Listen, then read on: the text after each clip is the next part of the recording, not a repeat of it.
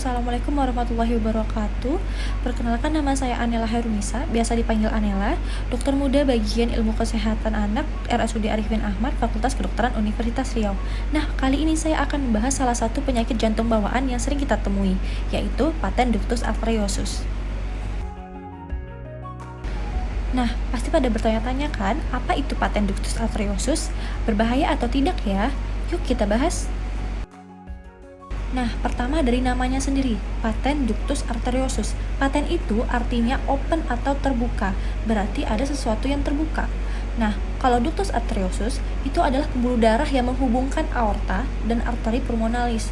Jadi, ketika kita masih dalam perut ibu kita atau ketika kita masih janin, kita ada pembuluh darah yang menghubungkan aorta dan arteri pulmonalis yang akan dibahas selanjutnya. Nah, seperti yang kita ketahui, jantung itu kan terdiri dari 4 bagian. Ada atrium kanan, ada atrium kiri, ada ventrikel kanan, dan ada ventrikel kiri. Berikut kalau dilihat dari gambar jantungnya, terdapat adanya 4 bagian. Nah, kita itu terlahir dengan pembuluh darah yang disebut ductus arteriosus. Nah, ductus arteriosus ini menghubungkan aorta yang membawa darah yang kaya akan O2 ke seluruh tubuh, dan arteri pulmonalis yang membawa darah yang mengandung CO2 ke paru-paru. Nah, ductus arteriosus ini dia itu seperti jembatan antara aorta dan arteri pulmonalis. Secara normalnya, jembatan ini akan menutup segera sampai beberapa jam setelah lahir. Tujuannya itu untuk menghentikan aliran darah antara aorta dan arteri pulmonalis. Lalu, ductus arteriosus ini akan kolaps. Nah, ketika dia kolaps, dia akan berubah menjadi yang namanya ligamentum arteriosum. Tetapi, kadang-kadang ductus arteriosus ini masih terbuka dan tidak langsung menutup setelah lahir. Nah, ini yang dinamakan adanya patent ductus arteriosus atau PDA. Selama perkembangannya, janin dalam kandungan itu belum menggunakan paru-parunya. Jadi, janin itu akan mendapatkan darah yang kaya akan oksigen dari plasenta.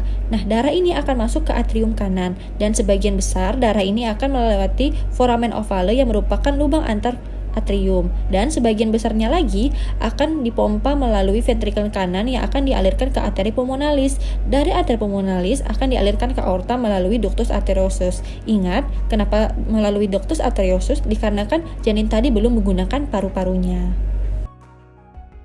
Pada PDA ini kan ductus arteriosusnya itu masih terus terbuka. Nah, jadinya itu darah yang dari aorta akan terus-menerus masuk ke paru-paru. Yang harusnya, darah yang dari aorta itu yang mengandung oksigen itu akan dialirkan seluruh tubuh. Namun, malah kembali ke paru-paru.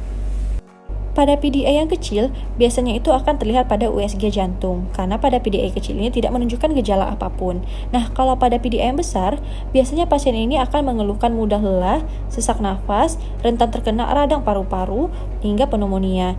Jika tidak dioperasi untuk ditutup, maka paru-parunya itu akan terus-menerus terkena tekanan darah tinggi dari aorta, dan lama-lama akan berkembang menjadi Eisenmenger syndrome. Nah, apa aja sih gejala klinis yang ada pada PDA ini? Nah, seperti yang sudah disebutkan tadi, dia akan asimptomatis pada PDA yang kecil. Lalu akan mengeluhkan nafas cepat atau sesak nafas yang terus-menerus, denyut jantung yang cepat, mudah lelah, menyusui tidak lancar, sering berhenti di tengah-tengah, sering menderita radang saluran pernafasan, dan selanjutnya berkeringat saat menangis atau makan, hingga berat badan sulit naik. Jadi, kapan harus ke dokter? Kita ke dokter jika pasien itu mengeluhkan sesak nafas yang makin hebat, ditambah dengan adanya pernapasan cuping hidung, serta retraksi yang menunjukkan adanya usaha saat bernafas. Suara merintih saat bernafas, pasien makin mudah lelah dan terengah-engah saat makan dan menangis, serta berat badan yang tidak bertambah-tambah.